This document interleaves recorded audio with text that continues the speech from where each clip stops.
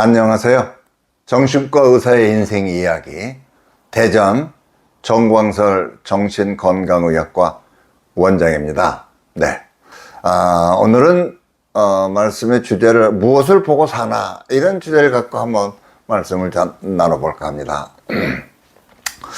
저한테 가끔 오는 분이 있어요. 아주 키가 큽니다. 한 180이 좀 넘죠. 그리고 아주 건강합니다. 30 중반쯤 되는 청년인데 잘생기셨어요. 근데 대인 불안증이에요. 대인 기피증, 대인 공포증 그런 얘기 들어보셨죠? 정신과에서는 그걸 이제 진단명은 소셜 포비아, 사회 공포증 그렇게 얘기를 합니다. 대인 관계가 어려워서 불안해서 사람 상대하는 게 힘들어서 자꾸 위축이 되고 그러다 보니까 은둔하게 되고 그래서 사회생활에 지장을 자꾸 주고 그래서 능력 발휘가 잘 안 되고 이제 그래서 그거를 사회공포증, 소셜 포비아다 이렇게 이제 진단명은 그렇게 되어 있습니다. 근데 우리가 이제 쉽게 이해하기는 대인 불안 또는 뭐 대인 공포 이렇게 하면 많은 분들이 그냥 일반적으로 그래 무슨 얘기인지 대충 감이 와 이제 이렇게 생각하실 수 있을 것 같아요. 네. 그런 이제 진단을 붙이면 이제 그런 경우입니다. 근데 이분은 잘 지내다가 그냥 멀쩡하다가 어느 날 갑자기 여자가 의식이 되면 그때부터는 아주 몸둘 바도 모르겠고 쳐다도 못 보고 눈도 어떻게 좀 할 수가 없고 하여튼 그냥 이렇게 몸이 굳다시피 하는 거예요. 네. 자기도 모르겠대요.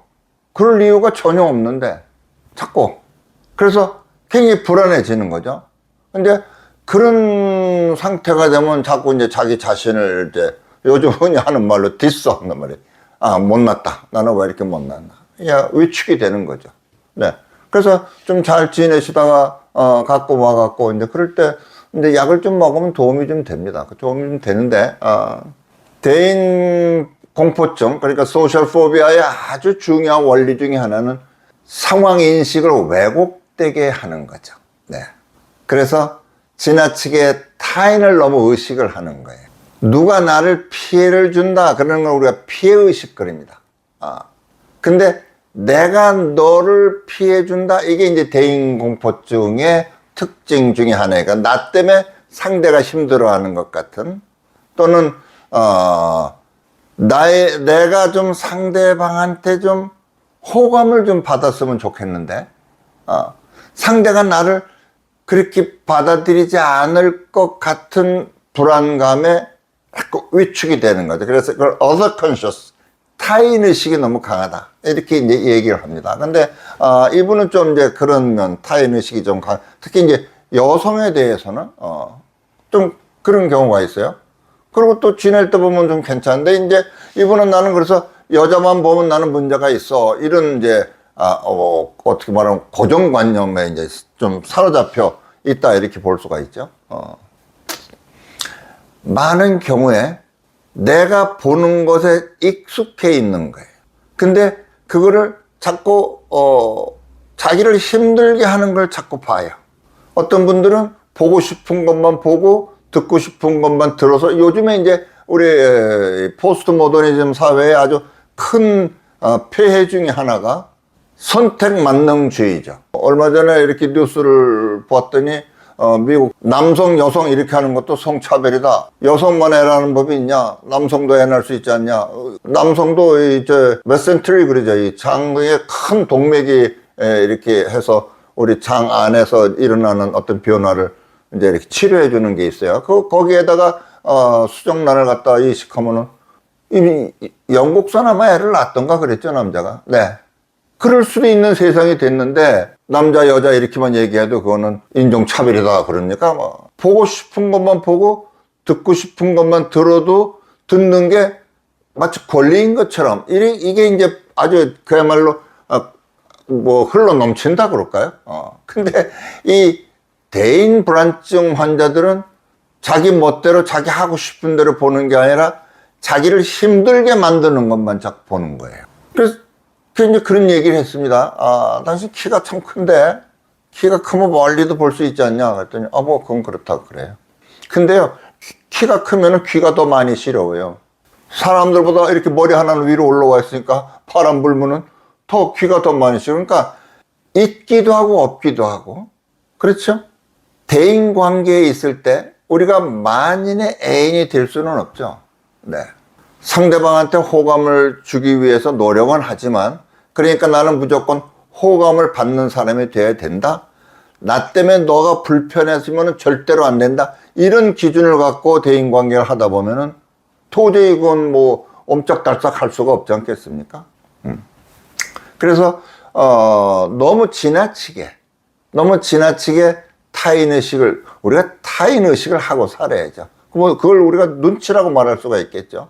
눈치가 있어야죠. 그래야 사회생활하고 대인관계가 그래도 부드럽게 흘러갈 수가 있죠. 상대방 전혀 신경 안 쓰는 그 뭐 사오정이라고 그럽니까? 네, 그런 사람이 되면 안 되겠죠.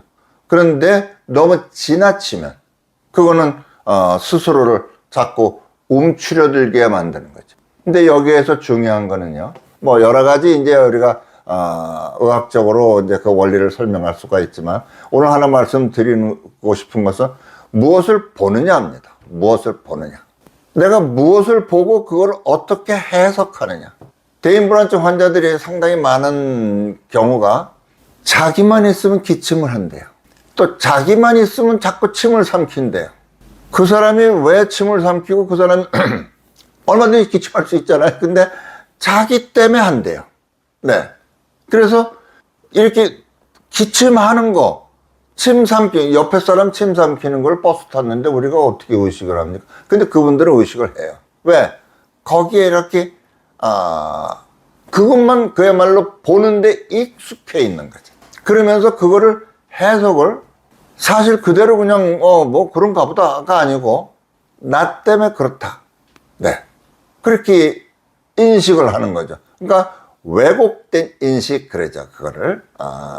그래서 상황을 왜곡되게 자꾸 인식을 하다 보니까 자꾸 위축이 되고 움츠려들고, 그러면서 스스로 자꾸 힘들게 그렇게 스스로를 만드는 거죠. 네. 마음에 안 드는 것만 보고 그렇기 때문에 나는 힘들어. 이제 이러는 경우들 많이 있죠. 뭐 조금 다른 얘기일 수 있겠습니다만, 우리 나라를 헬조선이라고 표현하는 사람들도 꽤 많은 것 같아요. 네, 그래서 뭐 유튜브에 나오는 어떤 미국 강의하는 뭐 샘 교수인가요? 누구 하는 분, 거기에 한국 아주 똑똑한 여학생이 한국은 헬조선이라는데 왜 그러냐? 그랬더니 그 여학생 대답이, 아파트 살려면 너무 어렵고, 대학 들어가려면 너무 어렵고, 그래서 헬조선이라고 그런다. 그런 답변을 하더라고요. 근데 우리나라가 그러면 지옥이냐? 네. 뭘 보느냐? 내가 뭘 보고 그걸 어떻게 인식하느냐? 네. 그랬더니 우리 스승님께서는 이제, 이시영 박사님이 이제 제 은사신데, 그분은 예일에서 공부를 하신 분이에요. 그러면서 하버드 대학은 칠수도 많아? 그러시더라고요. 우리나라는 삼수만 돼도 난리가 나고, 나라에서 책임을 져라 난리 치는 판인데, 거기는 칠수도 많대요. 그러면서, 자기가 가고 싶어갖고, 노력하는 건데, 그건 아무도 신경 안 쓴대. 그건 본인의 문제지. 네.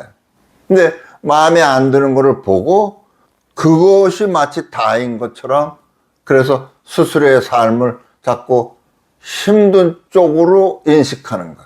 현미경 보신 분들은요, 우리 이제 학교 다닐 때 현미경 갖고 이제 공부하고 보고 그러거든요. 뭐 세포도 보고. 근데 꾸정물 한 방울 떨어뜨리고 현미경을 들여다보면은 시야가 온통 꾸정물입니다. 왜? 그 꾸정물 방울을 현미경으로 들여다보는 거니까요. 그런데 눈을 들고 보면 세상에 꾸정물 투성입니까? 그렇지 않죠? 네. 그러니까 무엇을 보느냐? 나는 무엇을 보는 그런 흐름이 나에게 있느냐 하는 것을 생각하는 게 참 중요하다. 이제 우리 대인 공포증 환자들한테 이게 특별히 문제가 되지만, 사실은 이거는 모든 분들한테 다 해당이 되는 말이죠. 나는 무엇을 보고 그걸 내가 어떻게 인식하느냐에 대한 생각을 한번 되짚어 보면, 지금까지 내가 많이 힘들었던 문제들이 아, 내가 그렇게 힘들지는 않을 수 있겠구나 하는 것을 깨달으실 수 있을 것 같습니다. 그래서 나는 무엇을 보고 사나 하는 것에 대한 생각을 좀 해보시면 도움이 되리라고 생각합니다.